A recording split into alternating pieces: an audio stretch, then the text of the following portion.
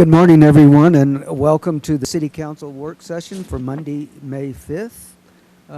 It is now 10 o'clock, and we are ready to proceed.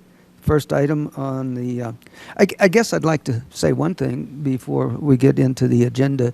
I just want to tell staff it's been a pleasure working with all of you during these work sessions this past year, and looking forward to continuing to do that in a different role. But anyway, you guys have been great, and these sessions have been very helpful to me, as I know they are to the rest of council. So thank you for your dedication, and we'll move on to the introduction of new city employees, please. Good morning, Mr. Mayor, City Council. We have quite a few employees to introduce this month, so we're doing both work sessions. So without further ado, let PD start. Good morning. I guess we'll start Lisa Kismarski. She's back. Welcome back to the team. She's been excellent to have. She's the new executive assistant to police and command staff. I'll let you say a few words. I think everyone here knows me. I took a little time off to recover from COVID, and then my father was diagnosed with 2 different cancers, which he's come through great, but spending time with him this last year and a half was really valuable for our family, and I'm just very happy now to be able to be in a position to step back into helping the city organization. So thank you. Welcome home. Glad to have you back. Next, we have Kim Briggs.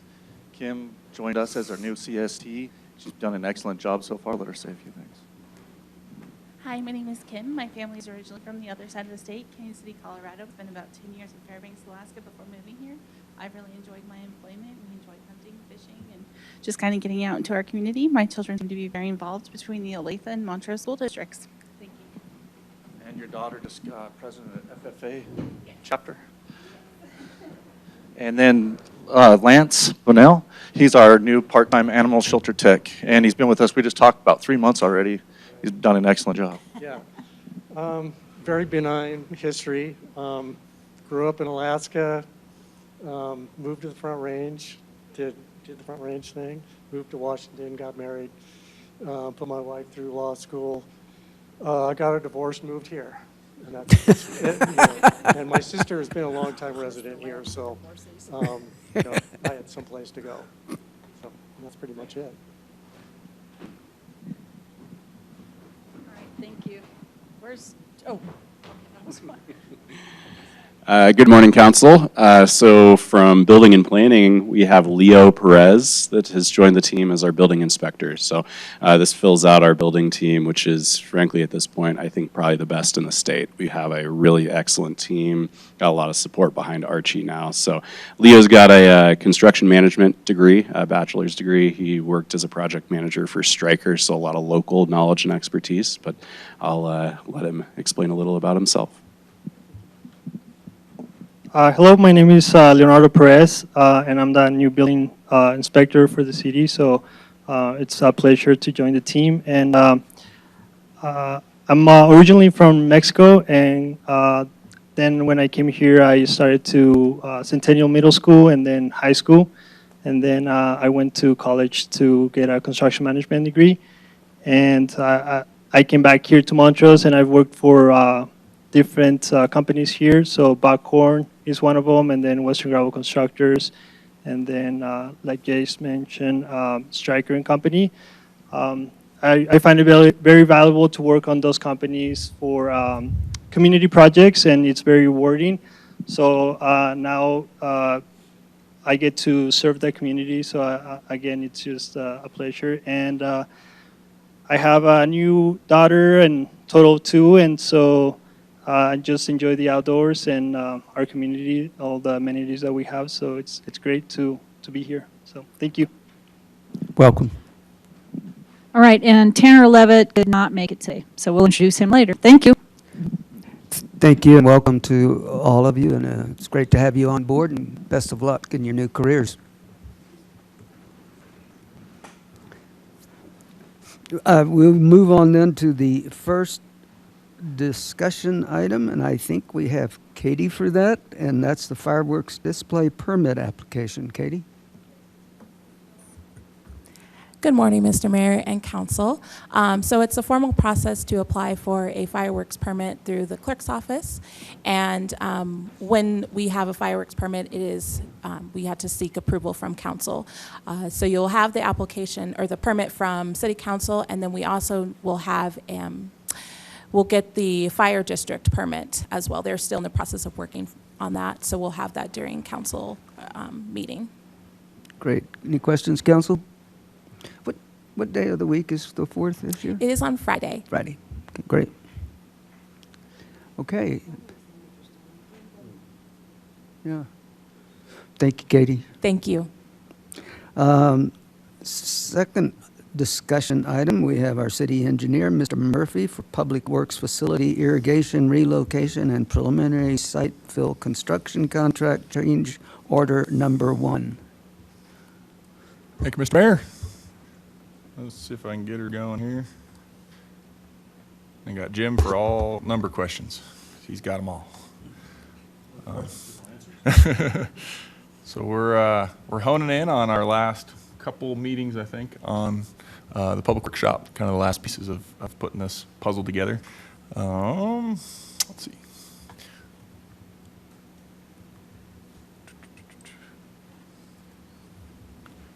Go, buddy, go. Yeah.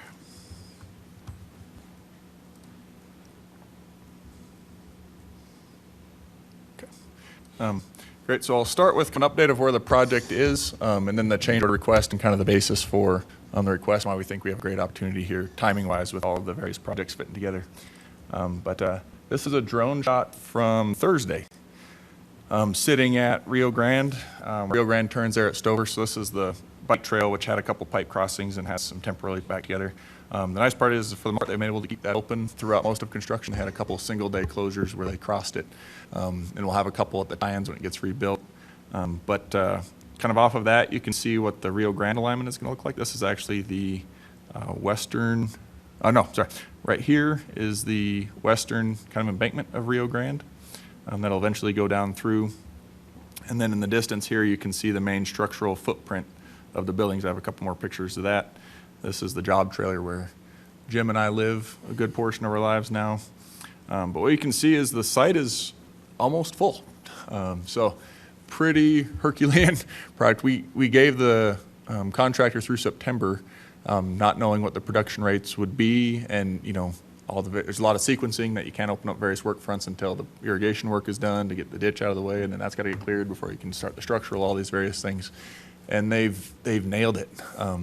They've kind of hit it full steam ahead. The weather's been favorable enough, and we're generally done with the common fill. So if you remember, there's two types of fill coming in on this project. There was the common fill, which is kind of a typical pit runny type material that makes up a lot of the road. We're using clays from on site and from city projects that make up the road and parking lot areas. And then where the building, where you obviously need a lot more structural type materials, we have a select import that's being built up within the structural footprint of the building itself. In these areas, we dug down, got down to the river gravels, which are were capped by like an imported clay, so we didn't. It's not the best thing to put the building on where you have an imported material. You don't know how it was placed. Clays, in this instance, there was different types of clays, so they behave differently, and you don't want that movement underneath the building.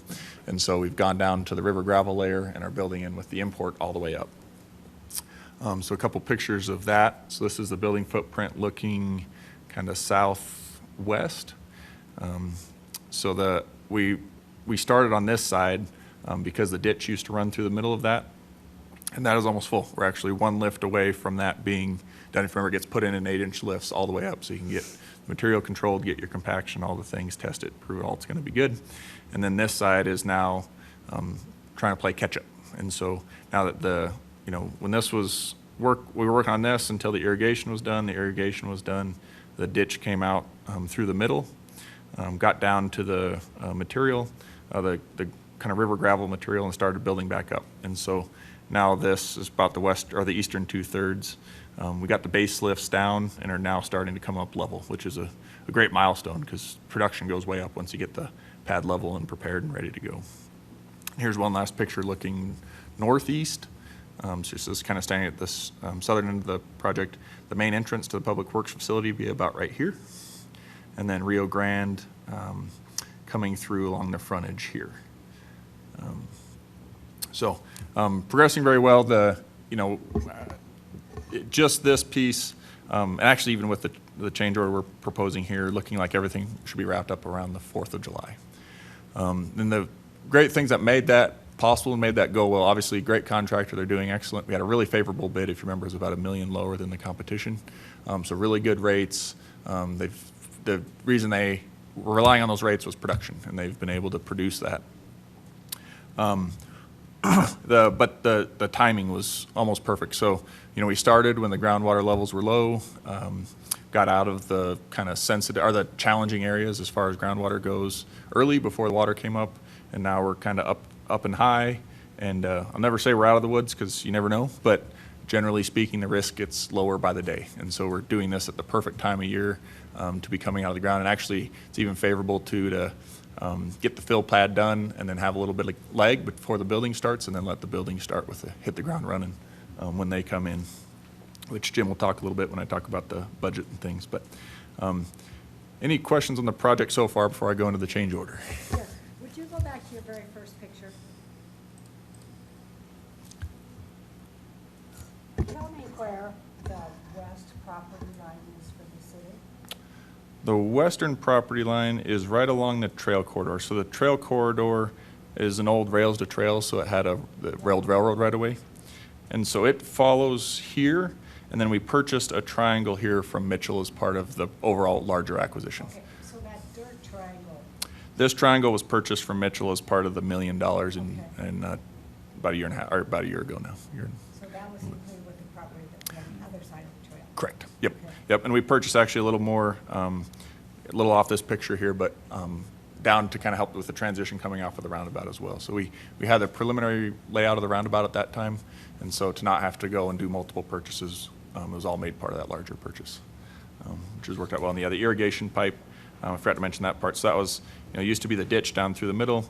The irrigation pipe actually runs under here, crosses here, and goes along this western embankment of Rio Grande and up to the diversion down there by Dry Cedar Creek. So this is one of the boxes. We were just waiting. We couldn't wait for the day for the Mitchell, who farms that area. He had a really hard time getting water to his property before because the ditches were flat and hairy and run over, and he had to send 10 feet of water down to get one kind of thing. And I go, how was it for you? I turned it, quarter turn, and it worked great. So we're very excited to see how well the system's working, and hopefully made it easier for everybody. The downstream users are also excited because it just, with it being in a pipe network now, it's much easier to control and operate the irrigation system. So.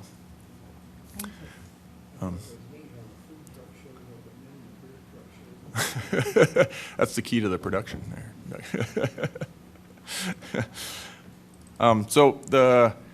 With the project kind of being ahead of schedule, we started with the design for the Public Works fill project to stop more or less about 2 feet short of finished grade.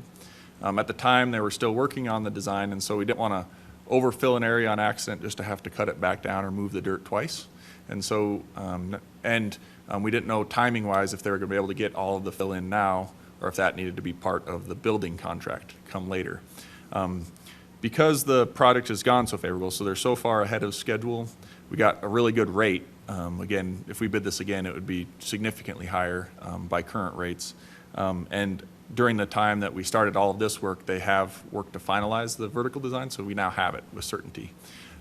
We think there's a great opportunity here to just keep filling. And so because they're already mobilized, they have the mass equipment here. 2 options are to add the additional fill to this product so it can kind of keep going, get up to the final grade. So when we turn it over to the building construction, all they have to do is add the last layer of base for the parking lot and pave it, once they finish buildings and everything. The other option is to make that work part of the building contract, in which case they would mobilize, while they're starting foundations, still bring in another, 40,000 cubic yards or so of material to get that last foot and a half in places. And really kind of slow down, in our minds, slow down their schedule, because that's the best time to do that is now, instead of waiting to do that with the building contract, do that in the winter, and then have them, they can't start on some of the other elements that they could otherwise start on. If we get this fill out of the way now, they're able to go straight to foundations and straight to the interior underground utilities, which is also the perfect time of year to be doing those.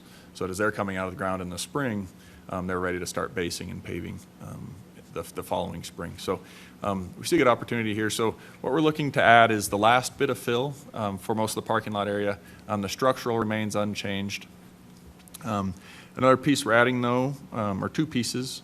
So as part of finishing that, we've always kind of, what we were going to do along the edge of our property has stayed kind of not uncertain through design, but just working through how we're going to manage that and what the most efficient way to manage that is. We butt up to this is all the BLM campus along the eastern property boundary.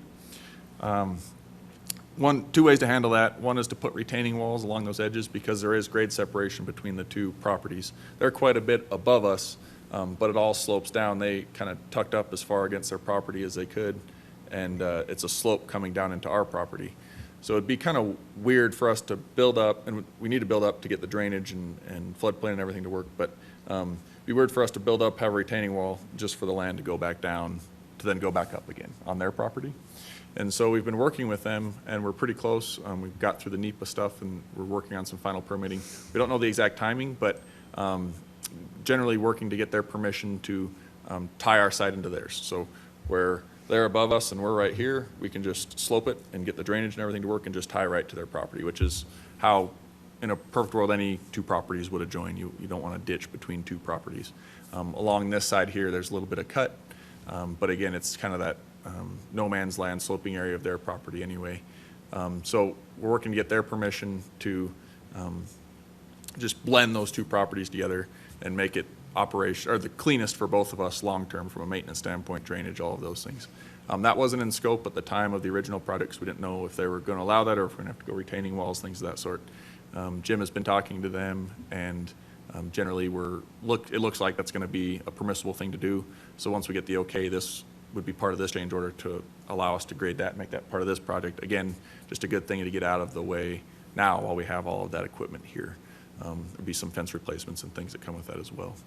Another thing we're looking to add that came up kind of since initial bidding and now final design of the Public Works facility is we think this will be an excellent place for a trailhead.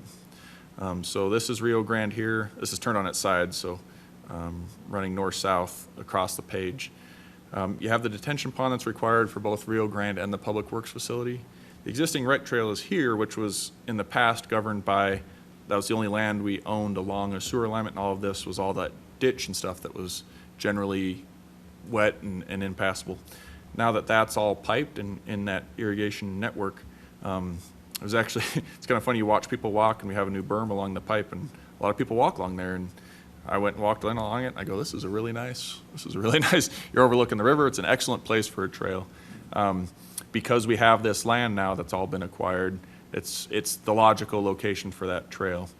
And so we are looking to situate the trail along the edge here, which gives us great overlooks of the river, but also frees up all of this area, which also, fortunately, has sewer running through there. And it's kind of an area that's difficult to use and would be kind of a weed patch otherwise. So we're looking to make this eventually not part of the facility construction yet, but a likely standalone in nearish future city capital project to turn this into an official trailhead.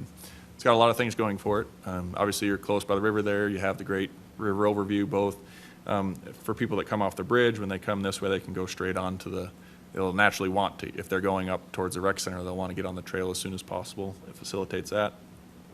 And then there's, sewer here so that a public restroom could be constructed at the trailhead here. So I think it's a great opportunity. And again, while we're all in here, we don't want to leave this area low and then trash the new trail and all that, trying to get fill in there in the future. So we think this is a great time to at least get the rough fill put into this portion of the project for that to be a future trailhead. So that's part of the extras.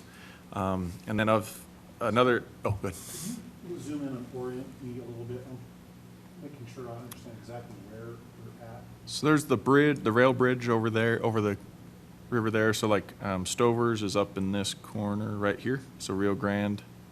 So the main existing trail runs here. Right now it spurs, this is a connect trail built here. So we're realigning this portion to right here, which kind of has to be done vertically anyway to make everything match. And then the gap between what will be the new trail and the detention pond becomes the trailhead parking area.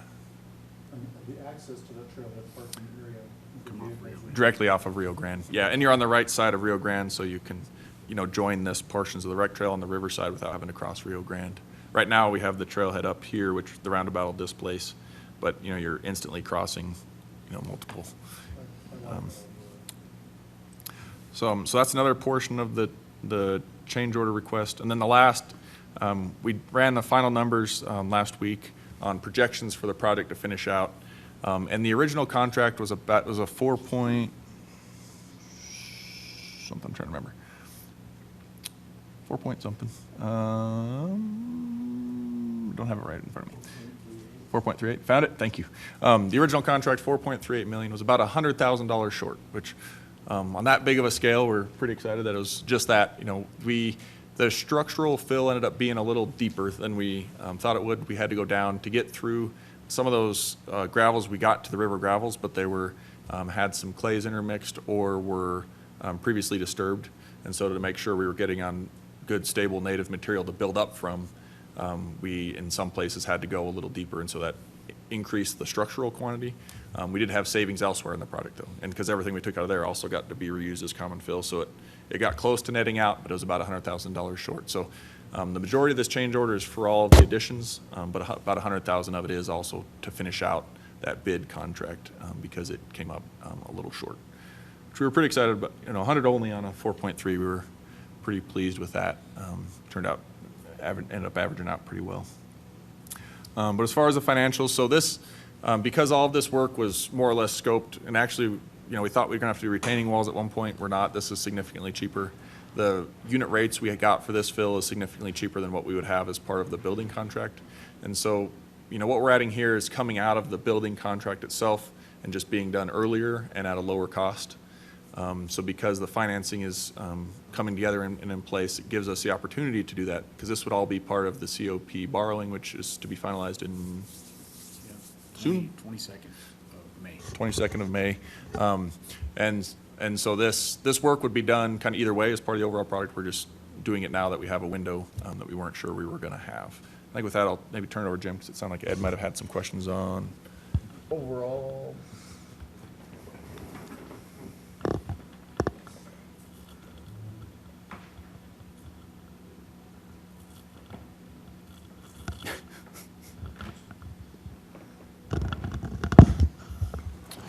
Yeah, I can give an update of where we're at overall wise, and this is something that we've, anticipated in a way because of mostly the additional foot of site fill, something that we needed to do eventually anyway.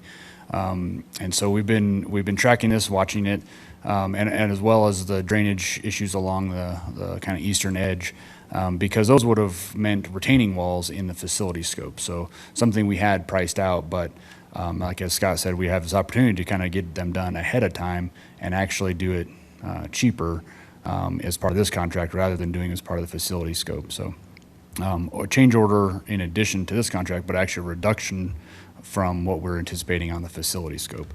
And it should be significantly more of a reduction on the facility scope just because we anticipate that the rates will be higher on that scope, on that contract. So overall wise, we're in the cost estimating phase right now. We have our design development portion of design completed, and FCI Constructors is getting bids from subs right now. We actually are just compiling those as of Friday this last week, and are coming up with where we're at overall project budget wise. And this change order is in that estimate. And we're comfortable on the overall budget. This does not change our overall budget projections or anything. So we're still within the noise of our overall budget. So we don't have it defined down to the exact dollar yet. We're working on that. And really this week is probably a really big week for that. And we'll be bringing that back to council probably in late June is our goal, to be bringing an overall project authorization basically. And of course part of that is this site fill project and this change order we're talking about today. All of that will be included in that, but we're kind of right in the middle of cost estimating and kind of compiling that overall budget. But in looking at it at this point, it looks like we're right on track and right where we thought we'd be at this point. So kind of what I'm hearing you say is that since we have to do it anyway, we can actually save a little bit of money by just shifting the allocation of where that money's coming from and doing it in advance. And I think the idea of, for me, the idea of doing it strike while the iron's hot, I really like that idea. I think it makes good sense, and I think it's a wise use of taxpayer monies. Yeah. Well, we're also doing some discussion with the other about taking a little bit of space up there for the intersection. Yeah, we've been working with them for the intersection, and we talked about this triangle here as well. That triangle, we pretty quickly got to know they think they might need that for long-term needs on where the Bureau of Reclamation leases a portion of their facility. But it's actually the same person we're working with here as that intersection, and they've been extremely responsive to get through the NEPA portions. The last piece is that same 299 process, because they grant us a temporary right-of-way to actually go in and physically do the fill. So that's why it's kind of uncertain on the timeline, because that's that same process and same group.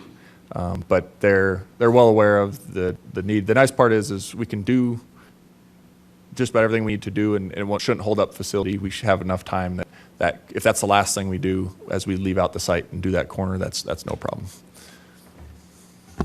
And Scott, is it the same process involving the right-of-ways on that corner by Townsend? Correct. Yep. So it's all part of the one big process, so Yep. having somebody responsive to our needs. Yeah, maybe we'll get a twofer. If we get through one, we'll get through both. Any other questions or comments from council? Thank you, sir. Appreciate that. I believe that concludes our discussion items for this morning's work session, and we will now move on to staff reports and Deputy Chief Tim Cox on the PD report, please. Good morning again. Just want to go over our first quarter stats from January to March from 2024 to 25. I think overall it's a very positive report. We're seeing our crimes against persons, our assaults are down by 17%. Our overall crimes against persons in terms of domestic violence is down 34%, which I think is huge. And I think with the creation of our domestic violence task force is really going to help with that, to help really go after and prosecute those high repeating offenders. So that's great. One bad thing, or not bad, but something that's up that we do not like to see is our sex assaults. They're up from 13 reported in 2024 to 20 in 2025. Overall, our traffic accidents are down from 251 to 187. And I really think that has a lot to do with our proactivity. Our officers are getting out with having more numbers and more officers on the road.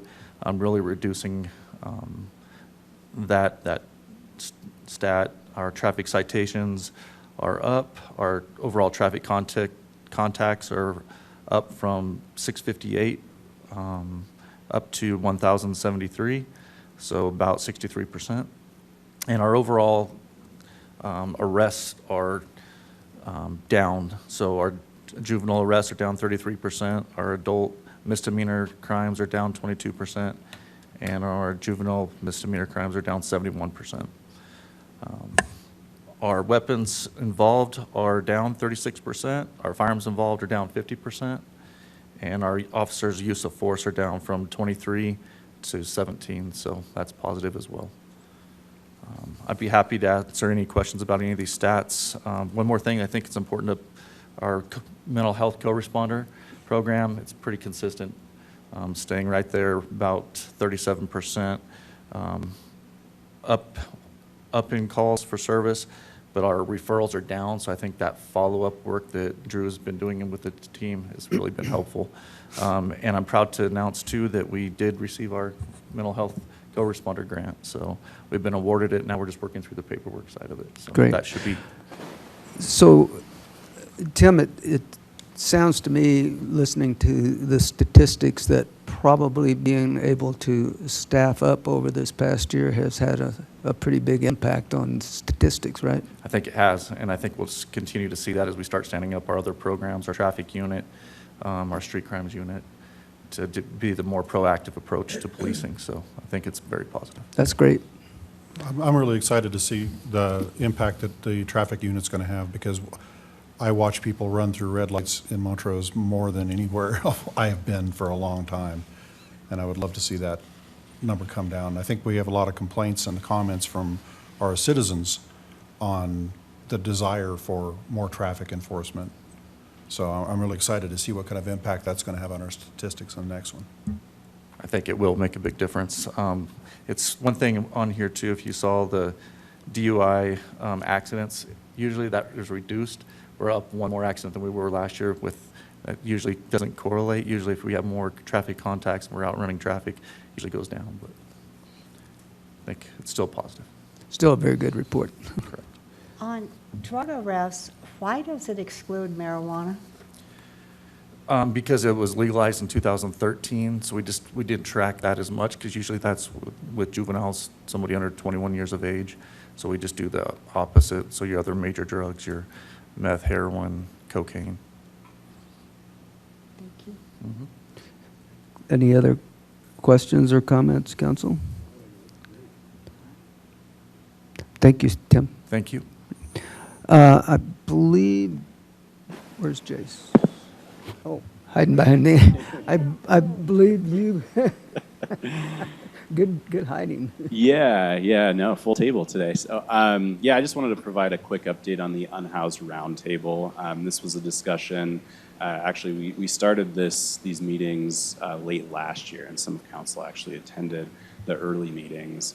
We pulled back a little bit in the sense of kind of how we wanted to invite, how we wanted to strategize about these meetings. So what we've done starting at the beginning of this year was regroup with service providers, really see exactly who needed to be at the table and who would be best valued at the table from a service provider standpoint, to really dig into the gaps of service that we know exist and really to build those relationships up among service providers. So that's what we've done. We've had 3 meetings thus far in 2025. We've also had some other kind of not one-on-one meetings, but smaller group meetings with that larger group. We did a tour at Lighthouse, and it was actually eye-opening to see the number of service providers who have not been to Lighthouse. Same thing with Shepherd's Hand, and the number of service providers who are directly involved with the unhoused population who haven't been there. So really getting a lot of exposure to these service providers has been big, and having discussions and honest and open discussions about solutions. But where we're at right now, we're doing a very robust survey amongst the unhoused population. What we've found is the data that exists right now through the state and other means is not great data, frankly. So we have, our goal is 150 survey responses, and we've already received over 100. That would be over 50% of the unhoused population, which is a great survey number. So we anticipate that survey to wrap up here in the next couple weeks. And then we're actually going to be working with CMU to do the data extraction from said surveys with their Masters of Social Work program.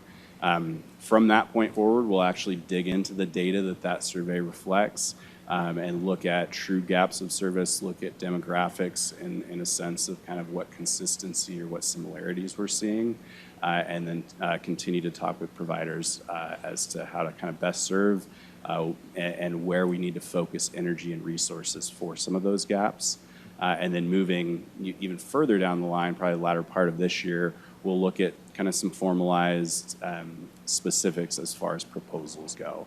So still pretty early on in the process, but a lot of progress made, a lot of trust has been built among this group, and I think really good things that hadn't happened as much in the past. So we're excited to kind of see that progress continue, to build on those relationships. But that's where we're at for the Unhoused Roundtable, but I'm happy to answer any questions. Thank you, sir. Any other staff reports? Give a traffic update if you'd like. Sure. So the entrance at East Oak Grove has been reopened to Walgreens there. So they were doing that sewer work between Townsend and the Walgreens entrance. So that's complete. So the bank and Walgreens can access off of East Oak Grove again.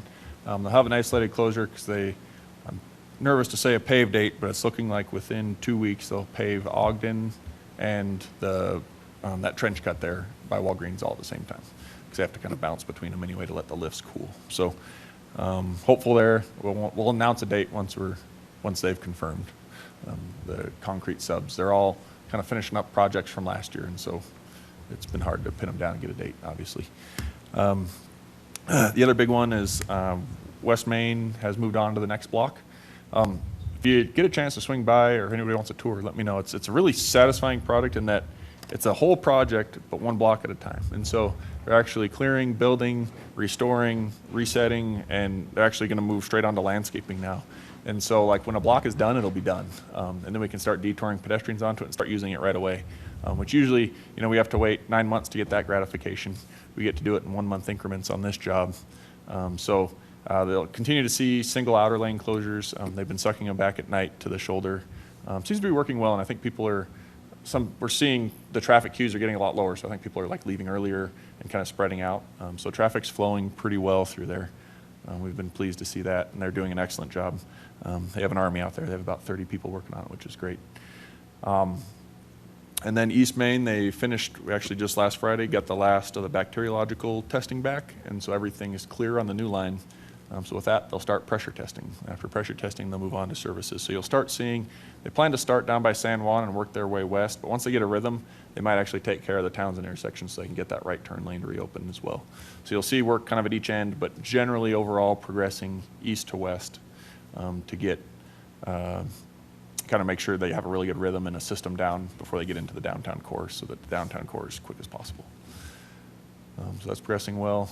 No hard dates on when that'll be done, but we got the MoveMo contract kind of teed up to come in right behind them, so kind of keep all that progressing. But, any questions on any projects? Okay. Years ago, they put in a new water line over there on Sunnyside, and it increased the pressure substantially. A lot of those houses that were in the old English gardens were having problems because they didn't have pressure reducing valves. You're talking like 20 years ago? Yeah. Okay, yeah. Is this going to have an impact on those commercial buildings that are reattaching? Oh, I see what you're saying. Are we going to be prepared for, are we informing or checking to make sure that they have some kind of a pressure reducing so that we're not going to blow their toilet valves out and Yeah. sink valves out? We were actually just talking about that Sunnyside incident, or the Sunnyside stuff last week, because some questions on PRVs were coming up. This one's unique in that none of it was capacity limited on what was feeding it. The sizing is only going from a 6 to an 8 in the name of fire flow. And so all the base demands will have the same pressures throughout. There's nothing this project that's going in Main Street will do that would increase the base demand pressures, because everything feeding it is properly sized and properly interconnected. Long way of answering, we don't expect any pressure changes at all as part of this project. I was just curious. We didn't want to have all these little problems and like we did then. Yeah, the big change you'll see is better available fire protection. So in the event of a fire, when they had the Hartman's incident, for example, they're pulling off of a lot of those Main Street hydrants, and that system right there, that would all be more robust now with the new system during a fire event. But all baseline, it stays. That 6-inch line wasn't limiting for the base flow.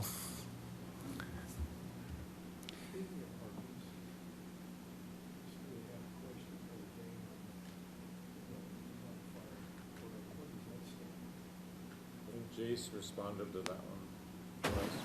Update on the Hartman's, you did that request to the citizen email, didn't you? Were you the one that responded? Anthony Russo, I believe, was the first responder there. Yeah, I didn't have anything more to add, but Update. We didn't receive, we weren't CC'd on any of those. Oh, you weren't? The one that the citizen sent in? We saw that original question, but we didn't. Okay. I'll forward that to you, but I can give a quick. So we've worked, it feels like several years now on this project. So the big delay on it was the ability for Hartman's to find another location for their filling station. And they were looking at a piece of property in Grand Junction. So it took a while for that to come to fruition over there. Anthony and Jace and the whole team, Chris, all of us really worked for quite a while with Kirk and his team to at least have them stabilize the location so that it was safe for the neighboring properties. And then they worked through the state process, which took quite a while. Just getting a state inspector to come to Montrose took, feels like months, maybe a year. Just so our biggest concern was to make sure that it was safe and not going to fall on anybody, and it was stabilized, which it is. And then from that point went into business development mode on how we can help Hartman's. And there's two parts of their business. They have the filling of the tanks, and then they also have their retail piece. And so during that time, they were able to go to the old Chuck's Glass location and do their retail operation out of there. They've since worked with Anthony on another location over in the West Main area, and then their Grand Junction operation. So I think what we'll be talking about coming up soon, we've talked to them about different options for using brownfields and cleanup monies to try to clean up the site. But there's also insurance money involved, and so we've talked about a variety of options. We just don't have enough details yet on what the Hartmans would actually want to bring that before council, but hopefully we'll have more details on that, and then we'll be able to come to council with an option or a couple options to see how we might be able to get that property cleaned up. We've tried to be as business friendly with the Hartmans as possible. That's their oldest building, or oldest family-owned business here in Montrose. We know they've been really good stewards here for 100 years, and so we didn't want to just shut them down and put them out of business. And so we've tried to do that balancing act between keeping it safe for the general public, but also keeping the business going. Beyond safety concerns, and I understand where we are in terms of trying to work with them, and I appreciate the fact that we're doing that.